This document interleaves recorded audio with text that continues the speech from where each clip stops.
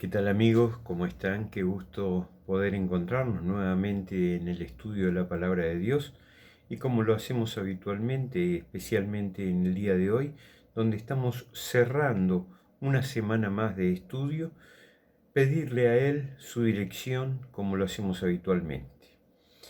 Querido Dios y amoroso Padre que estás en el cielo, infinitamente agradecidos a ti por toda esta semana de actividades que nos has dado, por tus bendiciones, por tu cuidado, por el abrigo, los alimentos, en aquellos que hemos podido disfrutarlo y en aquellos que no lo han tenido, para que, aumentando su fe y su confianza en ti, puedan llegar a tenerlo muy pronto.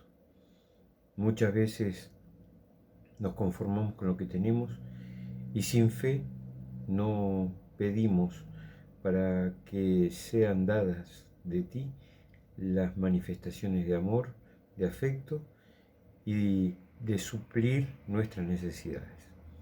Por eso nos ponemos en tus manos para que seas tú quien suplas cada uno de nuestros problemas y dificultades, ayudándonos a salir adelante. Nos ponemos en tus manos, a tu disposición en el nombre de Jesús. Amén. Muy bien amigos, estamos cerrando esta semana donde hablábamos cuando te convirtieres con todo tu corazón. Y me tomé el trabajo de una vez más estudiar la Biblia, no solamente con palabras del espíritu de profecía, que son el complemento ideal en todo estudio, sino también recurrir a elementos que son importantes para poder estudiar.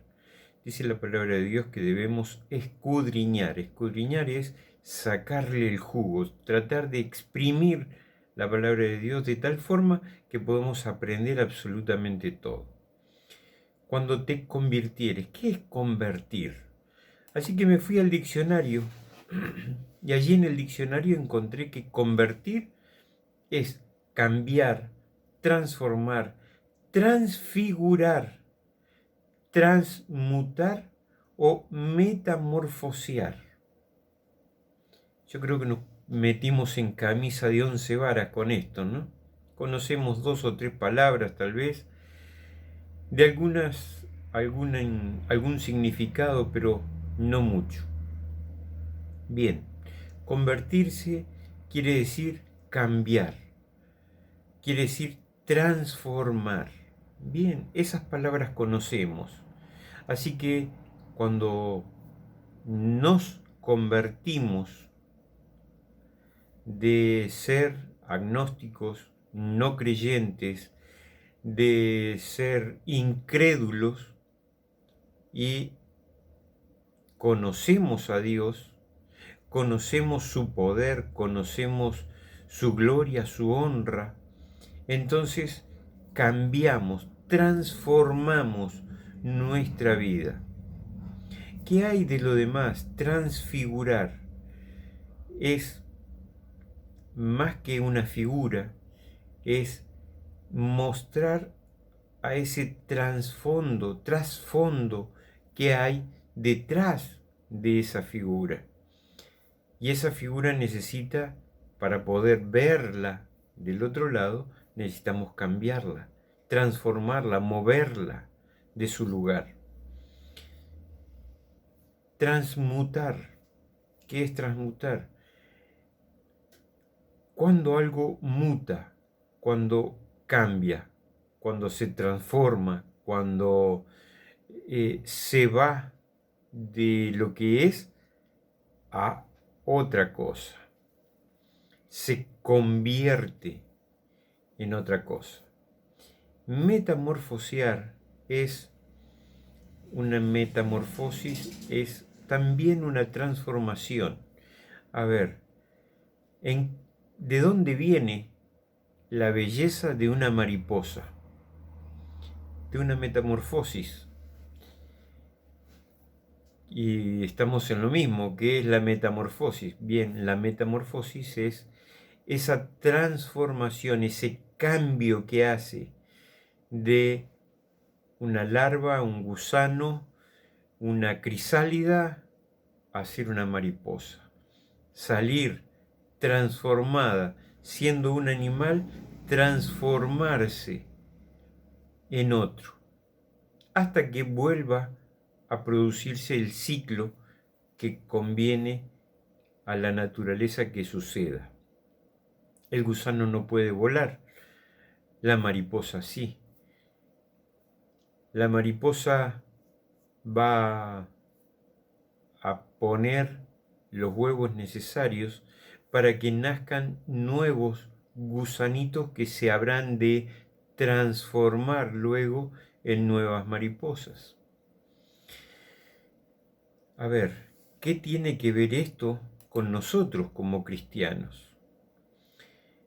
El Señor allí en Deuteronomios 4:29 dice: mas si desde allí buscares a Jehová tu Dios, lo hallarás, y lo buscares de todo tu corazón y de toda tu alma. Si en nosotros, en esa búsqueda de Dios y en ese hallazgo de Dios, lo hacemos con todo nuestro corazón, con toda nuestra alma, con todo nuestro buen deseo de encontrarnos con Él, vamos a estar cambiando, transformando, transmutando, metamorfoseando nuestra vida en algo mejor. El Señor allí, desde el día sábado, nos va hablando de esa justificación gratuita que es por su gracia mediante la redención que es en Cristo Jesús, según lo que nos dice Romanos 3:24. Nos continúa durante la semana hablando de el Millitén, ¿sí? ¿Qué era el Millitén? ¿Quién dará? ¿Quién dará qué? ¿Quién dará algo a cambio de? Y cita varios versículos que nos hacen ver y pensar en esa transformación que debemos hacer para que aquel que dé sea como un gran justificativo para salvar nuestras vidas. ¿Qué quiere decir, Millitén? ¿Quién dará? Alguien que quiere dar algo con todas sus fuerzas. El Señor se ofreció de todo corazón a transformarnos. Se dedicó a vivir haciendo cambios, remodelaciones en nuestra vida de tal forma que podamos obedecerle. En Hechos, en Éxodo, capítulo 16, versículo 3, acá hay una frase que es importante. Ojalá hubiéramos muerto por mano de Jehová en la tierra de Egipto. Ese ojalá también era un Millitén. ¿Quién dará? ¿Quién diera que hubiésemos muerto allá en aquel entonces para no sufrir acá en el desierto?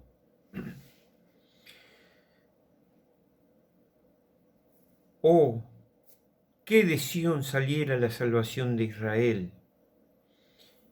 Ese dice Millitén, ¿quién dará? ¿Sí? Que saliéramos como salvados de este lugar. Estas palabras nos deben hacer pensar en esa petición continua de Dios de arrepentimiento, de cambio, de transformación en nuestras vidas.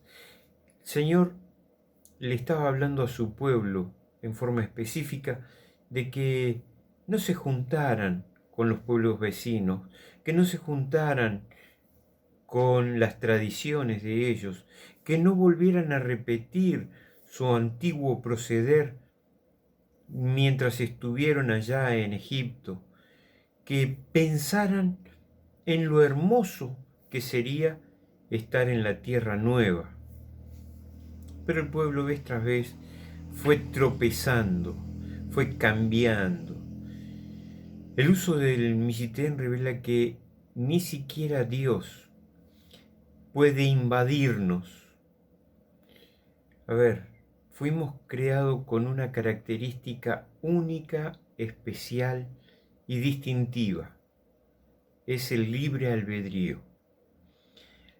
Al darnos Dios libre albedrío, nos da la posibilidad de elegir a quién servir, de elegir a quién seguir, de elegir qué queremos hacer. Y vos y yo tenemos esa gran posibilidad. ¿Somos libres de pecar? Sí, somos libres. Somos libres para hacer lo que queremos. ¿Somos libres para elegir al Señor? Sí, por supuesto, somos libres. Somos libres para elegir lo que queremos hacer. Por eso, el Señor, en su bondad, le dice a su pueblo que Él le va revelando su palabra, le va revelando los acontecimientos para que sepan qué elegir en cada etapa de su vida. ¿Cuánto diera yo o cuánto pudiera hacer por ustedes sin pisotear su libre albedrío, pero teniéndolos conmigo, dice el Señor? Queridos amigos, ese Mishitén es también otra de las frases que estuvimos viendo durante esta semana.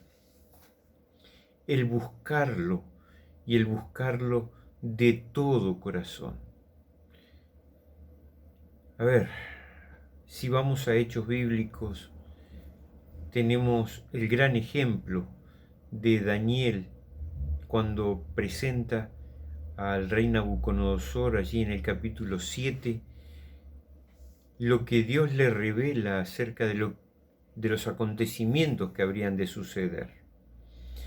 Y el Señor vuelve a revelar algunos acontecimientos que habrían de suceder más adelante, cuando le dice a Pedro: tú me negarás 3 veces antes que el gallo cante 2.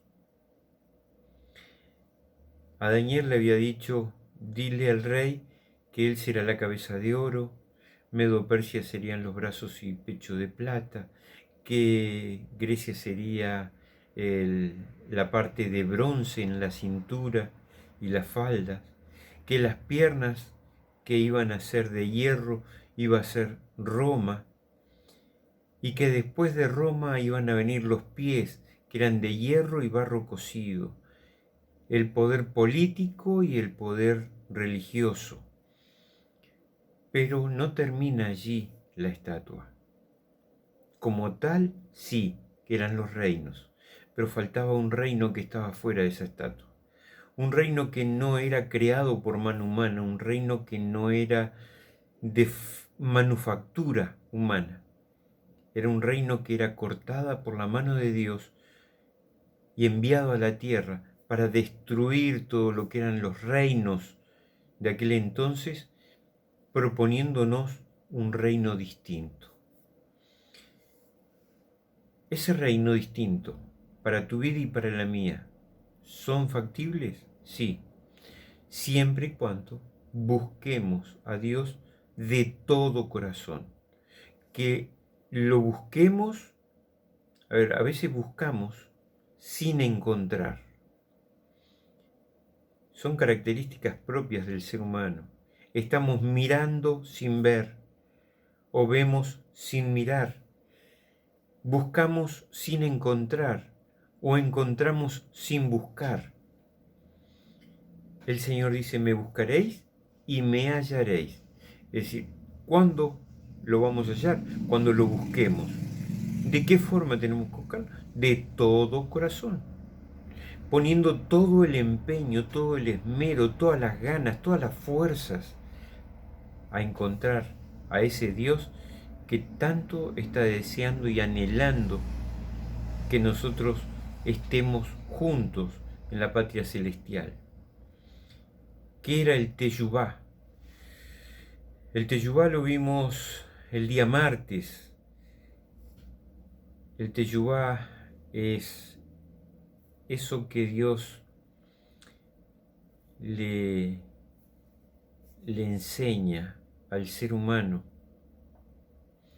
de que no debemos engañarnos a nosotros y tratar de engañar a Dios, porque Dios no puede ser burlado.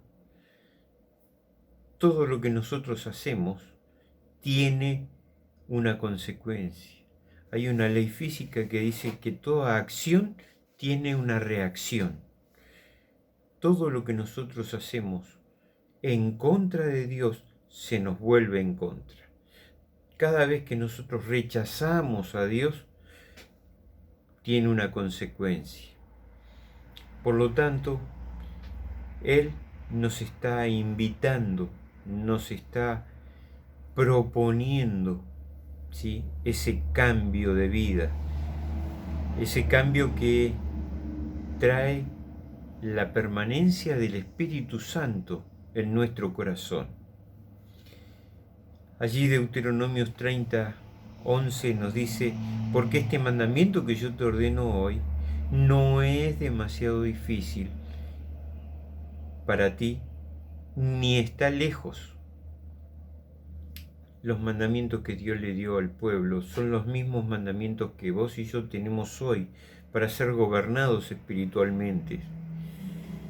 Son mandamientos que tienen que ver en mi relación personal con Dios y mi relación personal con mi prójimo.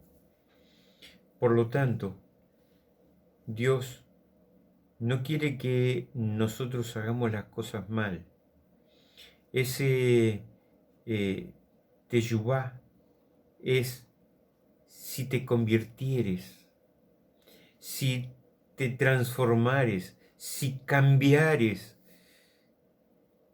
si pudieses obedecer, oír, volver. Eso es el Teyubá. Teyubá es: si te convirtieres, si volvieres a obedecer, si volvieres a escuchar. El Teyubá es convertirte, pero no de la boca para afuera, convertirte desde lo más profundo de tu ser, volver de tu mal camino, transformar esa ida en una vuelta. Por eso insiste, y acá volvemos en el mismo concepto que hemos estado gran parte de este trimestre, es repetir, repetir, repetir, para que quede en nuestro corazón en forma definitiva, clara, concreta, cómo debemos hacer las cosas: convertirnos, transformarnos, contarle a Dios cuáles son nuestros problemas, confesarnos con Él y finalmente arrepentirnos de tal manera que el Señor tome posesión de nuestra vida. Recordemos que ese libre albedrío nos permite a nosotros aceptar a Dios, no Dios forzar nuestra vida. Entonces, cuando de todo corazón busquemos a ese Dios amoroso que nos está esperando, podremos entonces tener ese verdadero arrepentimiento de nuestros pecados. Finalmente, ayer veíamos en nuestro estudio: arrepentíos y convertíos. ¿Qué era arrepentirse? ¿Sí? Recordemos que también significa un poco ese arrepentimiento, ese cambio, transformación, transmutación, porque de otra manera ese arrepentimiento que debemos hacer no puede ser superficial, no puede ser parcial, debe ser total.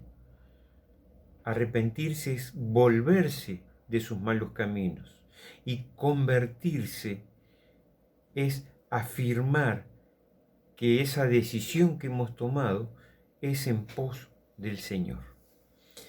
Queridos amigos, podríamos hoy dialogar muchísimas horas más de esto que hemos estado estudiando. Este fue simplemente un repaso rápido de lo que hemos visto durante esta semana.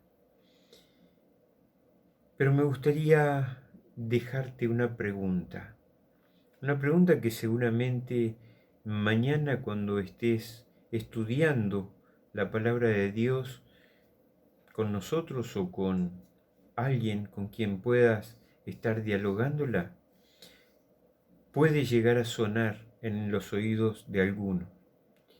¿Qué nos dice sobre lo pernicioso del pecado el hecho de que se necesitara la cruz, es decir, la muerte del Hijo de Dios para salvarnos?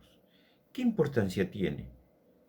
Pues muchísima, porque si el Señor no hubiera venido a este mundo a dar su vida por nosotros, en vano hacemos lo que hacemos, en vano Cristo hubiera venido a morir. Él vino a morir y eso tiene un valor, un significado, un poder inmenso, porque gracias a esa venida de Cristo al mundo, gracias a esa muerte, hoy nosotros tenemos la posibilidad de arrepentirnos, confesar, volver al Señor. Entonces, ¿qué estás esperando? Todavía estamos viviendo un tiempo de gracia muy especial, donde el Señor nos permite reencontrarnos con Él. Que el Señor nos cuide, nos bendiga, nos acompañe y que mañana, al juntarnos en su casa de oración, al juntarnos tal vez en la casa de alguno para estudiar la palabra de Dios, podamos hacerlo pensando y deseando de todo corazón que el Señor nos esté abriendo el camino, abriendo las puertas, para que podamos entrar y abrazarlo con gusto. Que nuestro próximo encuentro, muy pronto, podamos estar estudiando otros temas de vital importancia para nuestra vida en esta verdad presente que tiene Deuteronomio para nosotros. Si bien durante esta semana hemos visto un pantallazo tal vez un poco más grande que de Deuteronomios, hemos visto lo que Deuteronomios influyó en el resto de la historia de la humanidad, en todo lo que Moisés fue contando, relatando de la experiencia del pueblo de Dios para que nosotros pudiésemos aprender hoy. Que el Señor nos bendiga. Será Dios mediante hasta nuestro próximo encuentro.